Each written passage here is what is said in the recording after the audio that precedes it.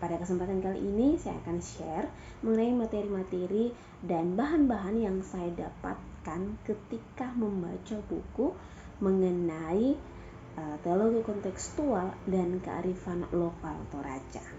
Nah, dalam pembacaan buku yang saya lakukan ini, ternyata materi yang diangkat pun dan bahan yang ada dalam buku ini pun memiliki kaitan dengan salah satu perkuliahan yang saya tawar sementara di semester ini, yakni mengenai keterampilan komunikasi dan manajemen konflik. Karena dalam mata kuliah itu saya belajar tentang bagaimana sih cara untuk menyelesaikan konflik dan memanage konflik sehingga hal itu tidak berdampak lebih demi keberlangsungan kehidupan saya dan orang-orang di sekitar saya tentunya. Dan memiliki keterkaitan juga dengan buku ini sebab di dalam buku ini memuat tentang bagaimana sih analisis permainan yang dilakukan dalam salah satu tradisi orang Toraja di Sulawesi Selatan yang menggunakan teori ABC dari Johann Galtung. Oleh karena itu, mari kita simak secara bersama-sama. Jadi, saudara sekalian, pada kesempatan kali ini bersama saya Alvinita Munal tentunya dalam episode yang kesekian kalinya tentunya. Ya, pada kesempatan kali ini saya akan share kepada saudara sekalian mengenai materi yang saya dapatkan melalui pembacaan buku yakni teologi kontekstual dan kearifan lokal Toraja yang memahami mengenai bagaimana sih analisis perdamaian yang dilakukan dalam salah satu tradisi orang Toraja yakni Mabisara yang menggunakan teori ABC dari Johann Galtung. Oleh karena itu, kita harus memahami dahulu bahwa Mabisara ini kan merupakan salah satu tradisi dari orang Toraja yang ada di Sulawesi Selatan.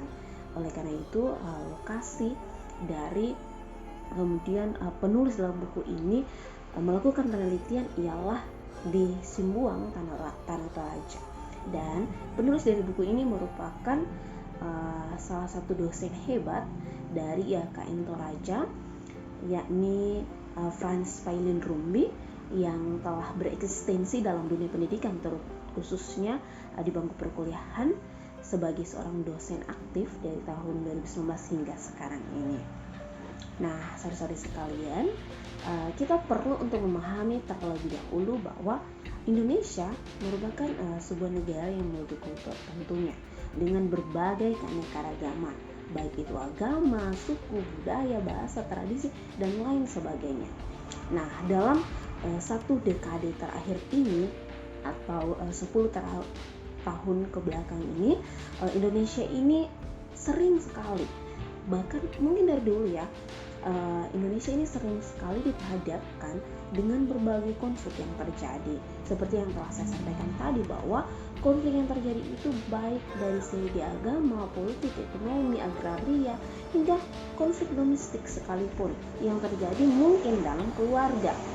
Nah, saudara sekalian, kita harus paham terlebih dahulu apa sih konflik itu sendiri. Ya, konflik itu kan merupakan suatu keadaan yang tidak dapat terhindarkan sehingga perlu untuk diselesaikan.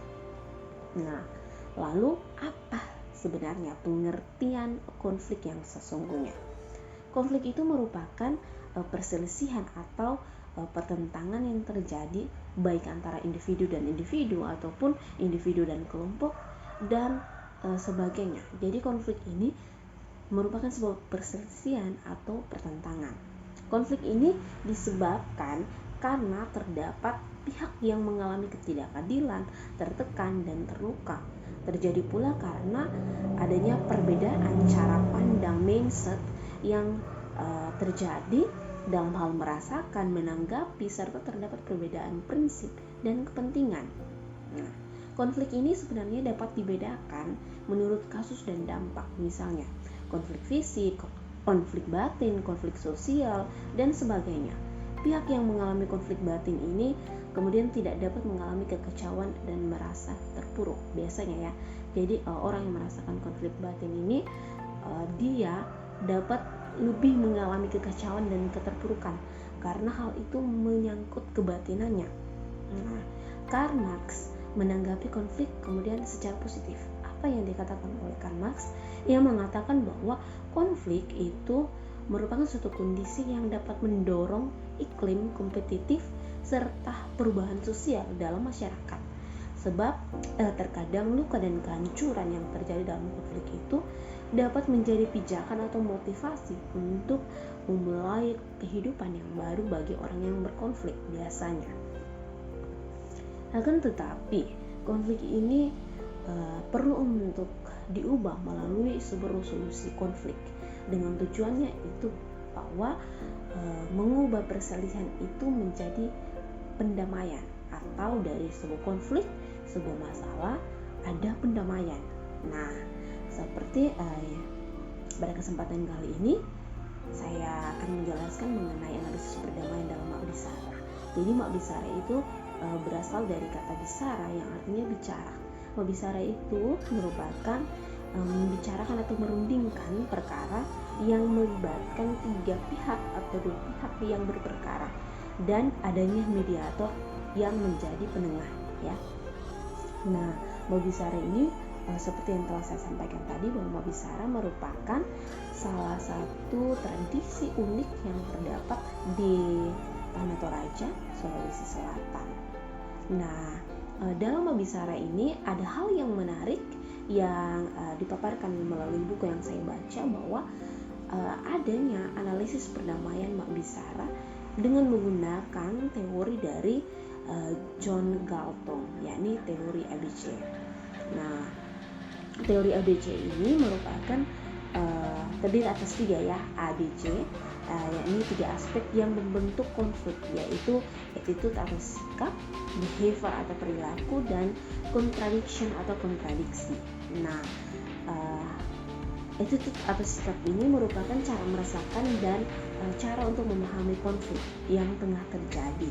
Lalu behavior atau perilaku ini merupakan respon seseorang saat berhadapan dengan konflik. Dan C ini ialah contradiction atau kontradiksi yang merupakan akar permasalahan yang menyebabkan konflik. Dari Johann Galtung ini dia menyatakan bahwa untuk menyelesaikan sebuah konflik ini dapat digunakan rumus, yakni konflik sama dengan A tambah B tambah C.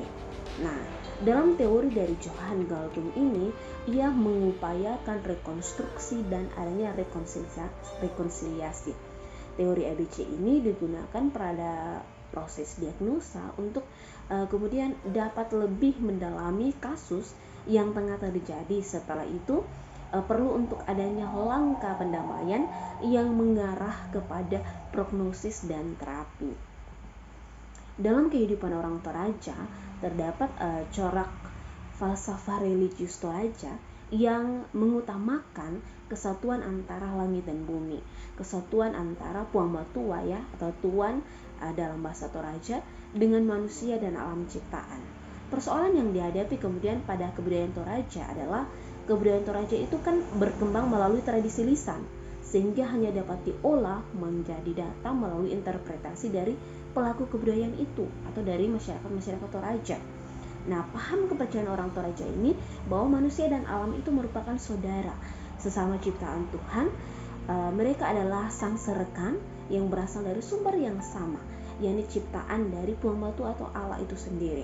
Alam semesta itu kemudian dikuasai oleh dewa-dewi, sehingga dalam pemanfaatan alam itu manusia harus menaikkan permohonan kepada dewa-dewi, dan apabila alam menjadi rusak karena ulah manusia, maka perlu dilaksanakan ritus-ritus pendamaian yang ditujukan kepada dewa-dewi.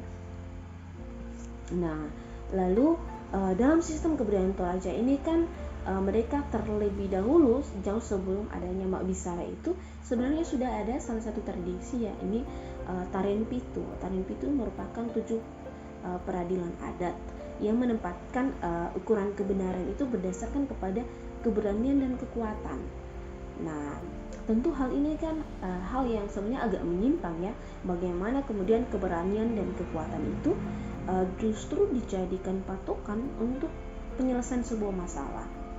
Nah, artinya bahwa di dalam Tarian Pitu ini kekerasan itu kemudian dilegitimasi sebagai jalan penyelesaian konflik.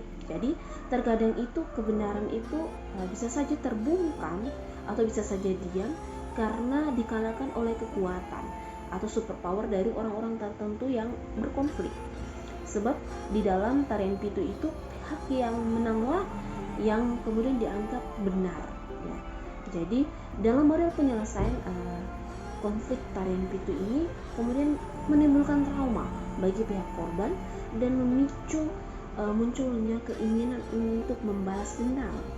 Nah, berpotensi juga bahwa dapat untuk melanjutkan konflik karena pihak yang merasa tidak adil dan berupaya menemukan momen untuk membalas dendam akibat ketidakadilan yang dialaminya.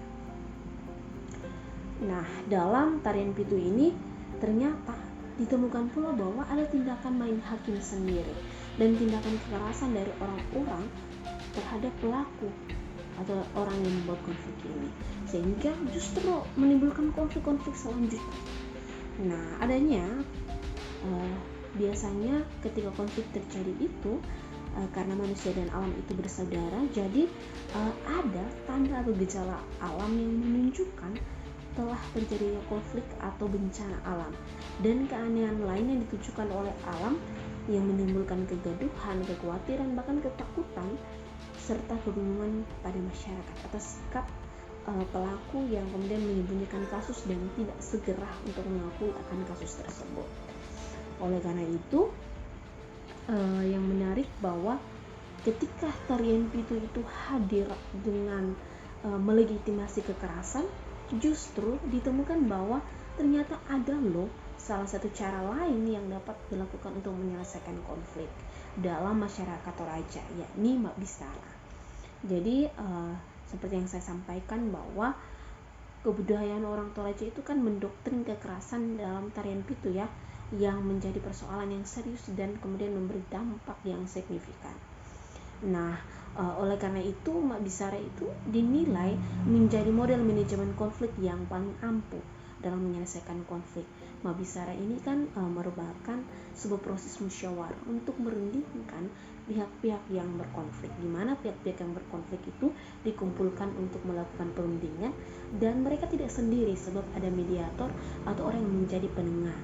Biasanya dalam Mabisara ini ditempuh untuk menyelesaikan perkara sebab yang utama bahwa dalam Mabisara ini telah diketahui atau dalam konflik ini telah diketahui, oleh karena itu harus segera dilakukan yang namanya perundingan atau Mabisara.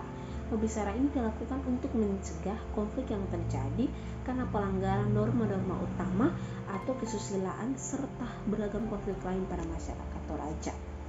Mabisara ini dia melakukan denda, namun denda ini merupakan simbol pendamaian.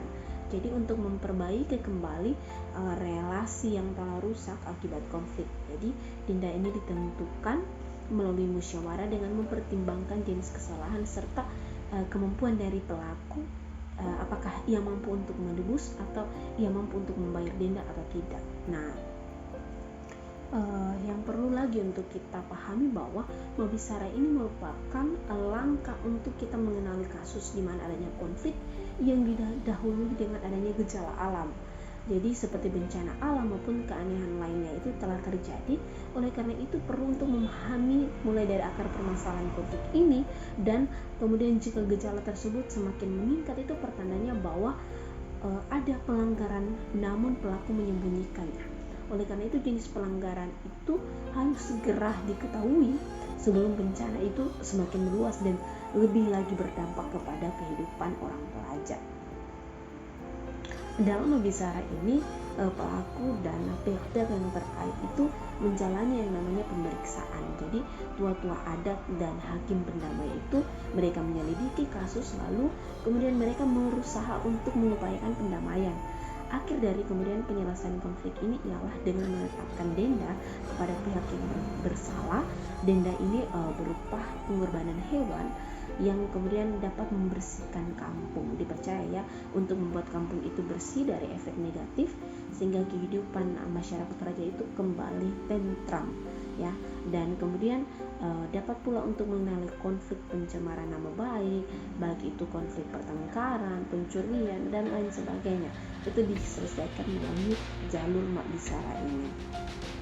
Nah, saudari, perlu untuk dipahami bahwa dalam penyelesaian konflik secara mabisara ini, pihak-pihak yang berkonflik itu mereka didahului dengan mengangkat sumpah bahwa mereka bersedia untuk bersikap netral dan adil dalam memimpin jalannya mediasi atau yang dilakukan oleh seorang mediator. Jadi seorang mediator ini sebelum menjadi penengah dalam penyelesaian sebuah konflik itu, mereka biasanya itu harus bersumpah terlebih dahulu untuk mampu bersikap netral dalam memimpin jalannya proses mabisara ini. Nah, saudari, seperti yang telah saya sampaikan pada awal video saya bahwa mabisara ini kan merupakan sebuah model manajemen konflik yang akan mengenali konflik dengan menggunakan teori dari teori ABC dari Johann Galtung, dengan mengungkapkan bahwa nilai-nilai pendamaian yang tampak dalam mabisara. Dalam analisis terhadap apa yang telah saya kemukakan lebih awal mengenai bagaimana konflik itu ada dan menyebabkan adanya gejala-gejala alam atau tanda-tanda alam itu, maka mabisara ini menjadi upaya penyelesaian konflik yang berujung kepada pendamaian.